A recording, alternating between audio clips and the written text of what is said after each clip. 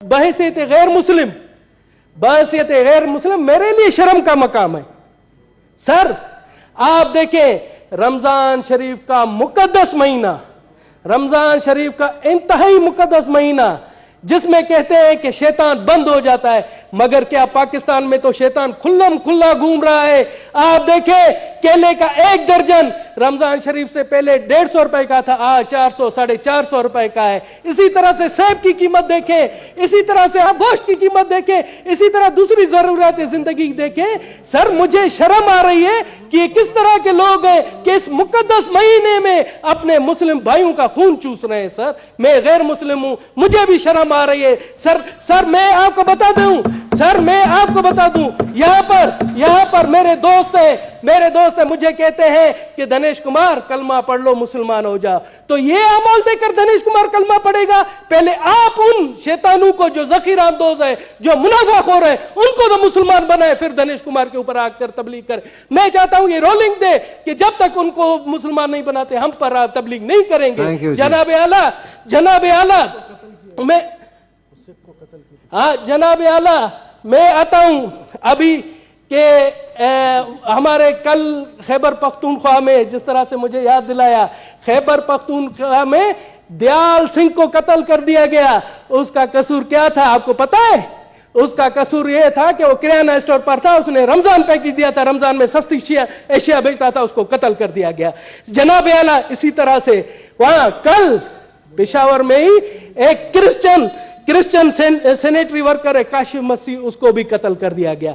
इसी तरह से गुज़िश्ता दिनों कराची में सर्जन बीरबल को, जो कि आंखों का सर्जन था, वो मशहूर सर्जन था, उसने बलोचिस्तान और सिंध में कई फ्री आई कैंप लगाए, उसको भी बेदर्दी से कत्ल कर दिया गया। जनाब आला हम के कहा जा रहा। इसी तरह से सर मैं आपको बता दूं, ये पहले भी मैंने रेफर करवाया था इंटीरियर कमेटी को।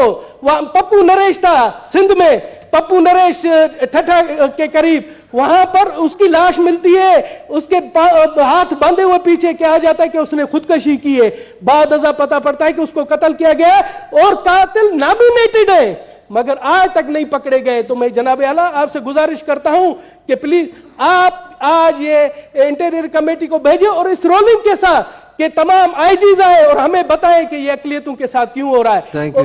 और मैं बता दूं, जो हमारे दुश्मन अनासिर है, जो दुश्मन मुमालिक है, वो इस तरह की अगर मंजूम हरकतें हमारे यहाँ लोकल जो इनके एजेंट है उनके थ्रू करवाना चाह रहे हैं, तो उनको मेरा खुला पैगाम है कि पाकिस्तान हमारी माँ है, धरती हमारी माँ है। हम इन ओछे हथकंडों से पाकिस्तान की अकलियत नहीं डरेगी, अपने मुल्क की तामीर और तरक्की के लिए हमेशा रहेगी, आगे रहेगी। जनाब आला मेरा यह है कि इसको कमेटी में भेजें, ये इंपॉर्टेंट है सर, कमेटी में भेजें। 3-4 कत्ल हुए, 3-4 जी हाँ प्लीज। ठीक है, थैंक यू सर।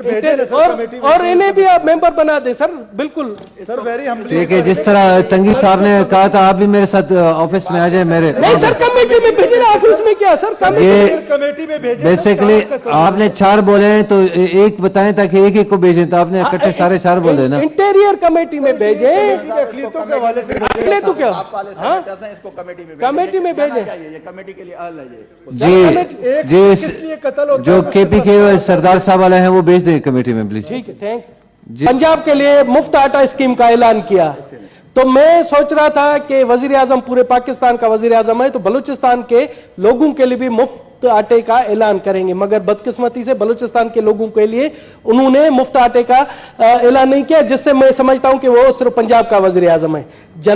जनाब मगर अब जो मैंने हालत देखी, वो भगदड़ मची, वहां पर 23 लोग बेचारे शहीद हुए। तो मैं कहता हूं कि खुदा का शुक्र है कि बलूचिस्तान के लिए ऐलान नहीं किया, वहां पर भी ऐसा असर होता मिस मैनेजमेंट की वजह से। जनाब किसी के कहते हैं ना शर में खैर होती है। वजीर आजम साहब ने बलूचिस्तान के लिए नहीं सोचा, मगर उसमें बलूचिस्तान के लोगों का खैर हुआ। जनाब आला मैं आपको बताऊं, बलूचिस्तान में इस टाइम जब सैलाब के बाद तमाम सड़कों का बुरा हाल है, कोई भी सड़क सही नहीं है। आप ये देखें कि गुज़िश्ता दिनों दाना सर से योब से जो हमारे खैबर पख्तूनख्वा रास्ता, खैबर पख्तूनख्वा के लिए रास्ता है, वो 48 घंटे से बंद है जनाब। इसी तरह से कोयटा से अगर हम सिंध जाते, जैकाबाद जाते हैं तो पिंजरा पुल है, वो भी हर रोज कभी 20 घंटे बंद होती है, कभी 48 घंटे बंद होती है। लोग रमजान शरीफ में दरपदर ख्वार हैं।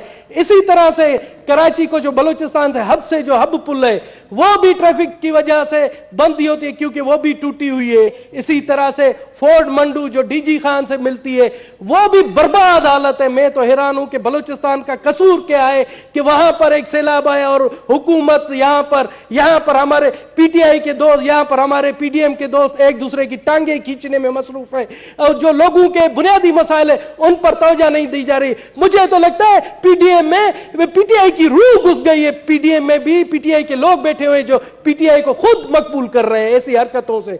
जनाब आला, थैंक यू जी। जनाब आला, कच्ची कैनाल भी बंद है। मैं अब आता हूं एक जो एक मसला है जो